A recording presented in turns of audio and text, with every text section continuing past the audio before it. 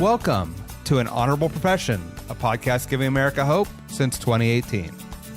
I'm Ryan Coonerty. Along with Debbie Cox Bolton of the New Deal, I'm lucky enough to be your co-host.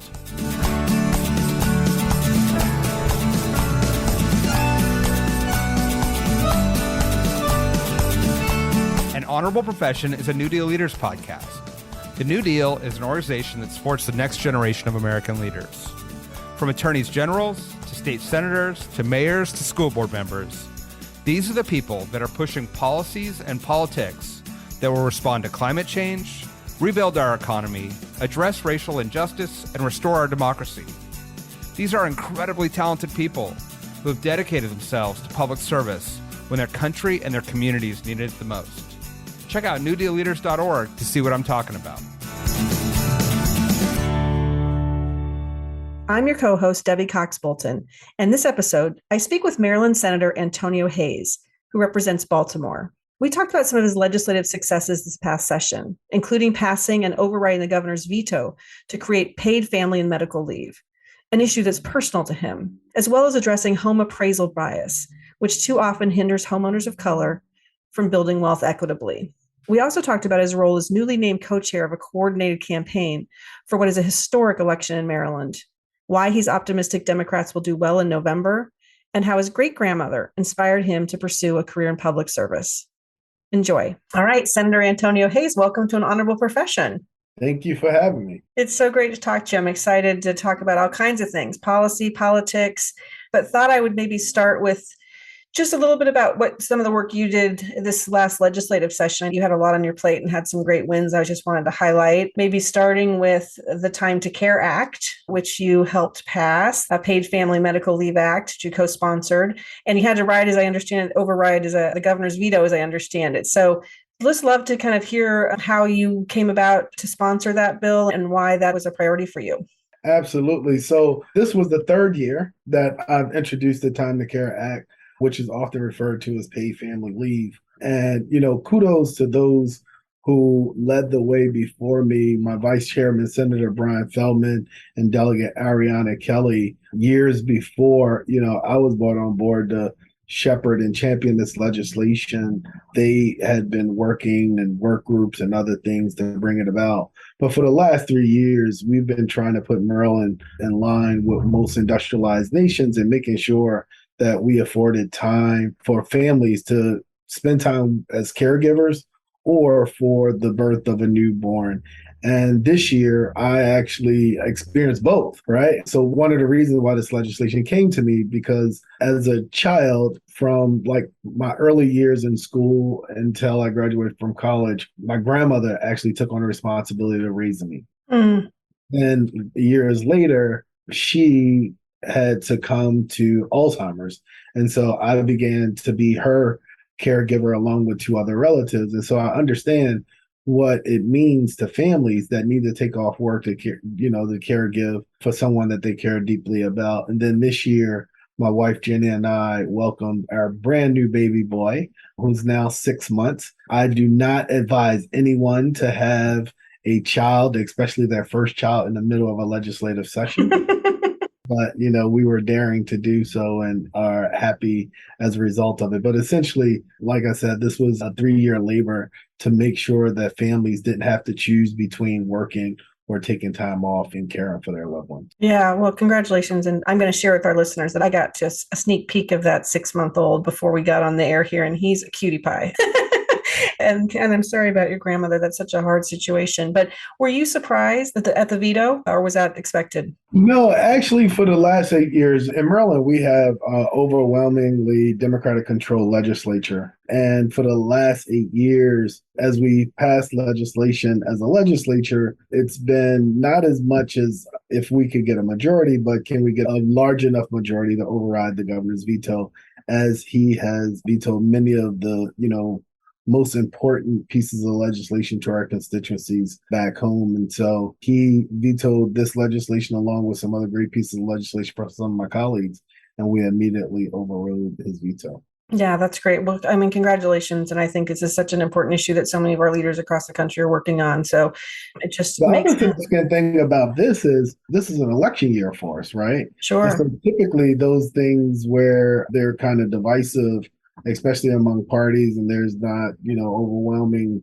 like groundswell, it's, you don't think you could get these things, past an election year. And I think one of the things that motivated me was, people was saying because this is election year, we shouldn't even be introducing this legislation and knowing what this means for my family and so many Maryland families and families around the country, I was up to the challenge. I think whether election year or not, I think the economic impact and just the bonds that are formed with families having time to spend together was more valuable than using as a political football. So I'm grateful to work with and I acknowledge those who worked before me, but it definitely could not have been possible with a huge, huge number of advocates from organized labor to other groups that work with families. And so we're happy this year we were able to successfully get that passed. Yeah, absolutely. And I do want to come back shortly to politics because you do have a big election year there in Maryland. But I did want to flag one other issue that I read about that I just thought was interesting. And I'm hearing more and more about it. And I'm also curious about how this one came about for you, which was the work you were doing on addressing home appraisal bias. Yes. Which I understand came from a news coverage of some of the things that were happening. Tell us about that and where that stands now. Right. So last year, so not actually this session, but in 2021, I've been trying to do a lot of stuff around, wealth building, especially in, communities of color, specifically the African American community.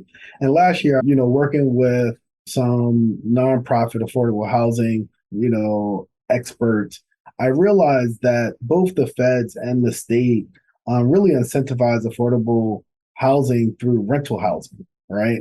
And at the time when I was contemplating this legislation, the federal government was contemplating as a part of the large infrastructure package to have a tax credit to incentivize affordable home ownership, which we all know home ownership is probably one of the most significant assets that any family has here in the United States. And so I thought with, the possibility of this tax credit being passed, which it didn't pass, but I think the Fed, the Congress is still going to be contemplated in future sessions.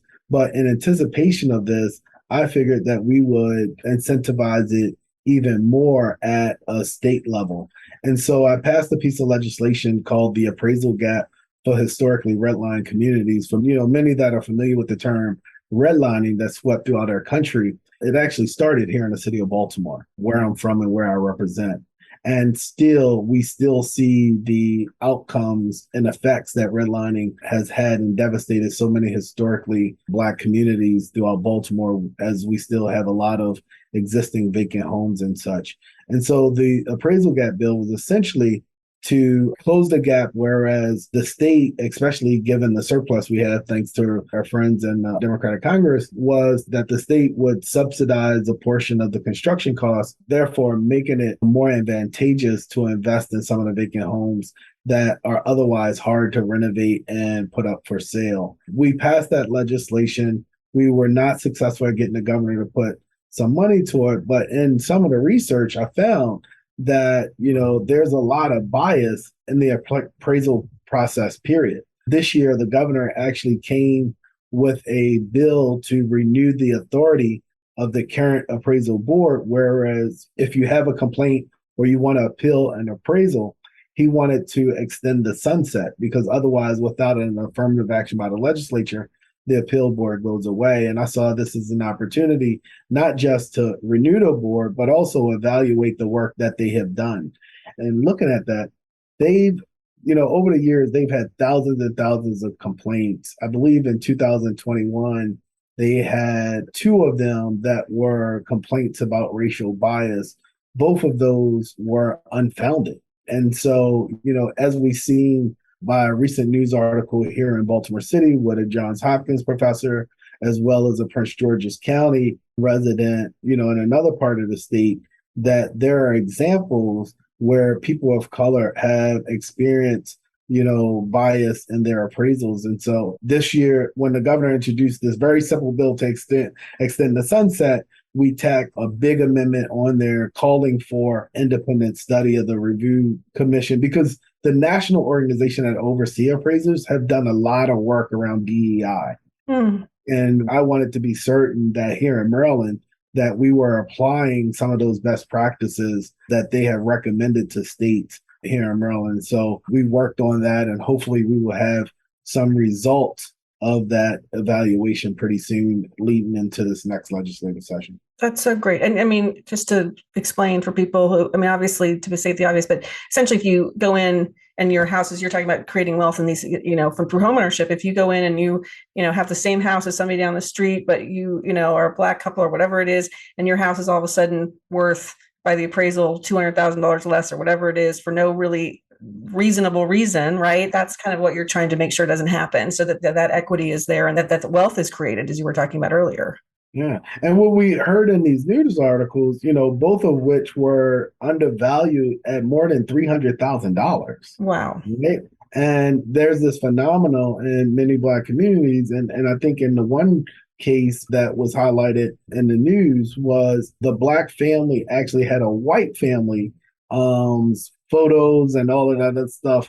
And they realized a higher value in their appraisal in their same house. It's just they weren't there, and there was no sign that, people of color actually lived there. And so just obvious signs of, the bias and the valuation of their property. And so hopefully as we bring more attention to this, and as, states dig into, what's actually taking place, one of the things that we've also learned that only 1% of the appraisers, and I believe it's similar nationwide, but less than 1% of our appraisers are people of color, right? And so we also have a pipeline issue in who's actually, conducting these appraisals. Yeah, absolutely. Absolutely. And you, as I said, you framed this, I think rightfully, as a wealth creation issue. It's also an equity issue. And I know that's an issue that you've worked a lot on. Something that we've had you speak about at New Deal events has been the health equity zones. I wonder if you could just briefly kind of tell people what that work has been about. Absolutely. So I'm just finishing up my first term in the Maryland State Senate. Prior to this, I served in the House of Delegates. And so I've done a lot of work in healthcare. And we know in our healthcare system, there's a lot of disparities. And so what we worked with a bunch of advocates on was creating these health equity resource communities, whereas we identify certain geographic areas where they had huge disparities in health as it relates to like chronic disease and other things. And we partner with an established organization like a healthcare organization, but also grassroots, on the ground individuals and stakeholders to work with those communities that had low health outcomes and, and improve, the conditions around chronic disease and other things. And so we were able to pass that legislation last year. We allocated about $15 million each year over the next 3 to 4 years. And we are hoping that we will see dramatic decreases in the health disparities that exist in many of these neighborhoods, especially, around the area of chronic disease. Yeah, that's so wonderful. So before you ran for office, you had a pretty long career in public service, right? You were a community organizer, you worked for the Baltimore City Council and then in the mayor's office. I'm just kind of curious, now if some of the same work that I know public safety was a big issue that you worked a lot on in some of those previous jobs. Just kind of curious about what your experience has been of kind of going from, a staff person essentially, right? In a but in the neighborhoods, working with the neighborhoods, and then, flipping over to being elected representative. What's that change been? What has that kind of difference been, or what have you learned from one that you brought to the other? I'll tell you, being a staffer, I think better prepared me to be a better legislator, right?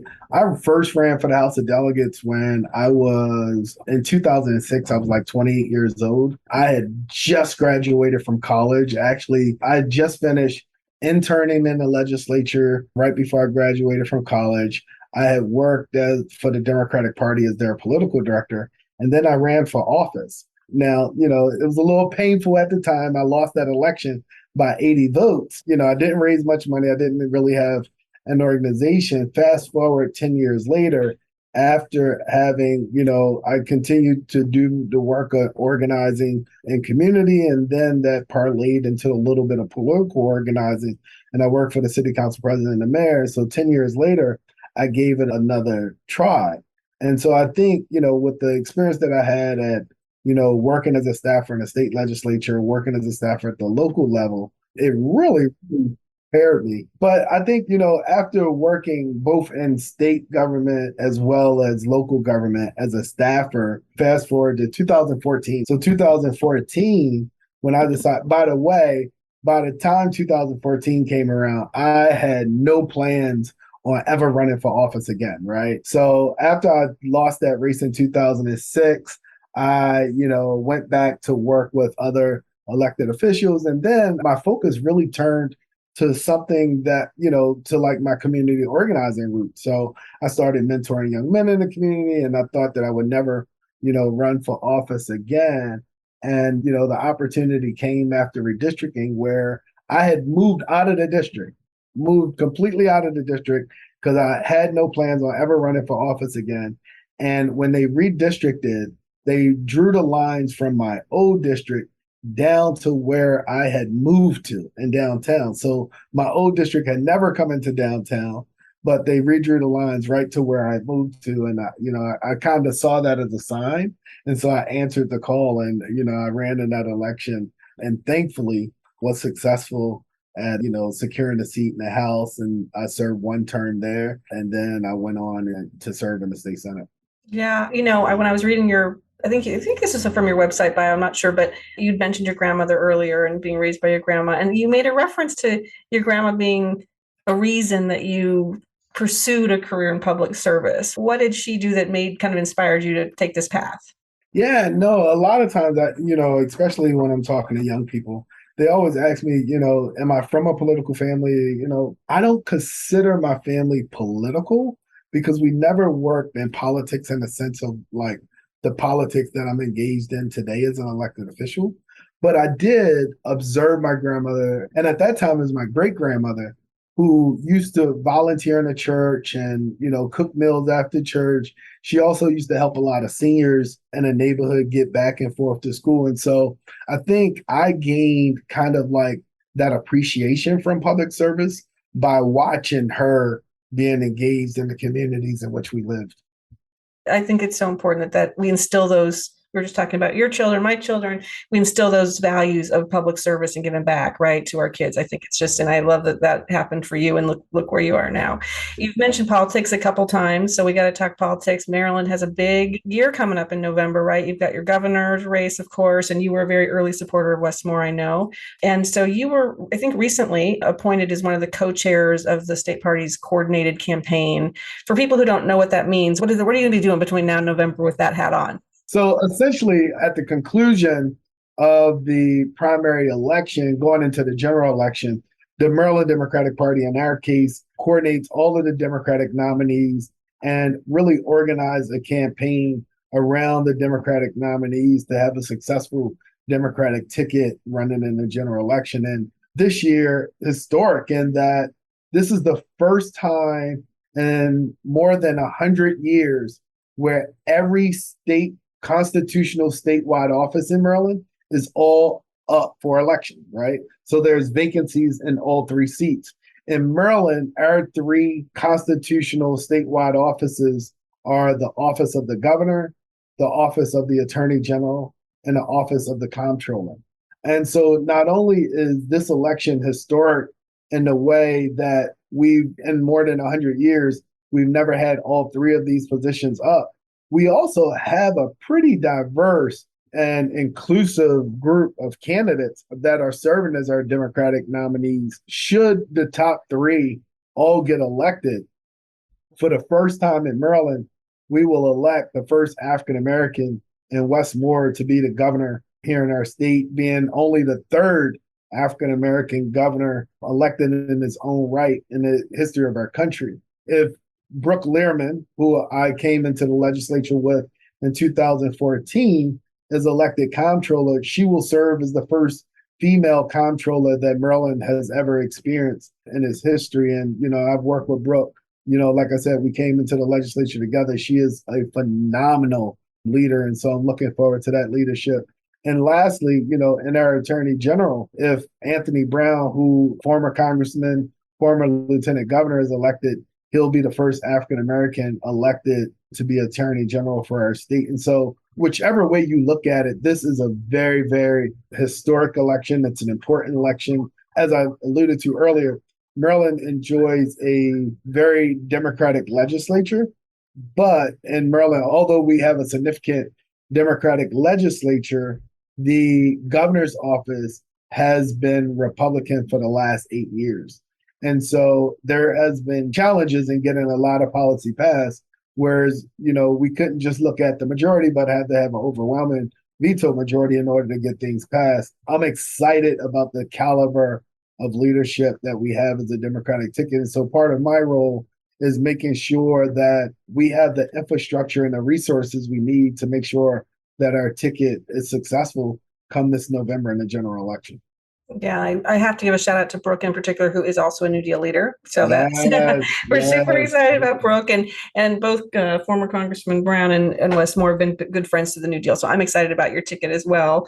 I'm just Brooke is phenomenal. I mean, she's one of the hardest working people I know. Like she, proud mother, but the amount of work that she contributes in public service is phenomenal. And then we have our, I did a lot of talking about our main three constitutional races, but as well in our coordinated campaign, we also have our congressional races as well as Senator Van Hollen is up for reelection as one of our U.S. senators. So we have a dynamic group of individuals. Yeah, and it's the historic. Thanks for kind of pointing out the historic nature, and also just it's interesting because I think people think of Maryland as such a blue state, right? A pretty solidly blue state, but you're right to remind people that you've had this Republican governor, and it's changes the way you legislate there, of course, with this veto-proof majority you need to have. So super interesting. I'm wondering if maybe you could just share with us, as we are, all eyes across the country are kind of turning to the general election after we just got through kind of the last primaries.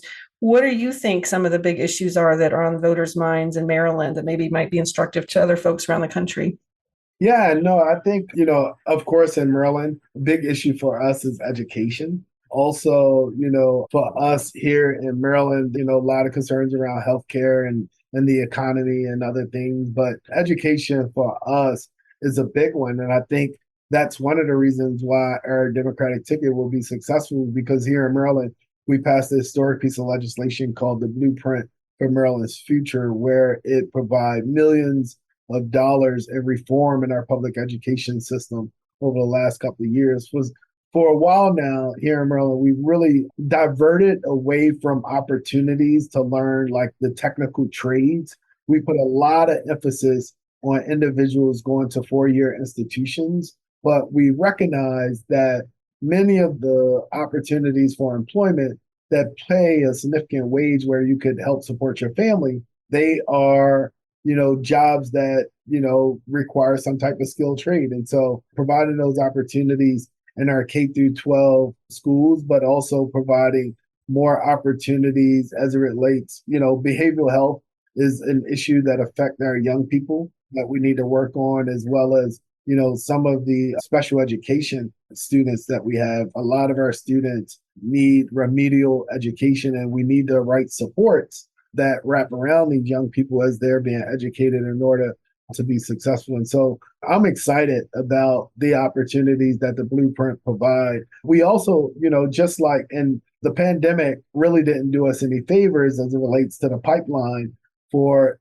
individuals that inspire to be educators, but we have an opportunity with the Blueprint to raise the wages of many of our, education professionals to attract more people to the profession, which is long overdue. And so there's a lot of stuff baked in there. I could go on and on about the opportunities that the Blueprint will create. But I think that's why our ticket is resonating with so many Marylanders, because one of the biggest issues is really around, the education opportunities that Marylanders care about.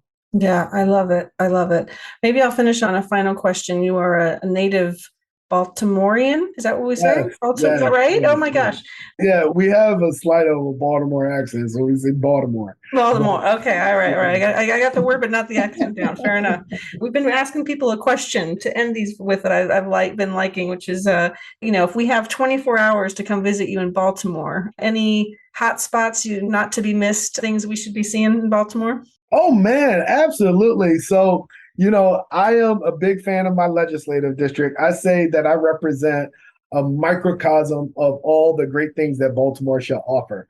And so I probably represent here in Baltimore 85 to 90% of the cultural and arts institutions. So I represent everything from the Walters Art Gallery to the Baltimore Museum of Art. Walters is more classic art, BMA is more contemporary art. I also represent the Hippodrome Theater, where you can see some of the best Broadway shows. We just had Hamilton here not too long ago. I also represent the world's famous BSO, the Baltimore Symphony Orchestra, which, just celebrated their anniversary last week. We have a brand new conductor, the first time we've had a conductor of color serve the orchestra there. And so lots and lots of great things. And if you're a foodie, we have great areas to choose from. In my district, we have great places like Hamden and Mount Vernon and Pigtown. And other parts of the city of Baltimore, you have great places like, Harbor East and Fells Point. In Baltimore, we have a lot of ethnic communities. Like we have Little Italy and Greektown, where you could get, all types of cuisine. But if you're a foodie, definitely Baltimore is the place to be. There's lots to see and lots to participate in, so come visit us. Wonderful. You're a good spokesperson for Baltimore. Well, you're going to have a lot more tourists after this podcast airs. Well, Senator, thanks so much for being with me, for talking so much about some of the great work you're doing. And we'll certainly be keeping our eyes on Maryland as come November and see if we can get some of those historic wins. So thank you for taking the time today. Appreciate it. Indeed. Thank you. And thank you for New Deal for this opportunity. It's amazing. And, I'm a new dealer, and the experience thus far have been awesome. And so I'm glad to be a part of this. Thank you so much. We're so happy to have you. All right. Take care. All right. Thanks for listening to An Honorable Profession. Please subscribe to hear more amazing leaders, and keep asking your elected officials to be honorable. Boots Road Group produces podcast. I'm Ryan Coonerty, and because we keep things honorable, no tax dollars were used in the making of this podcast.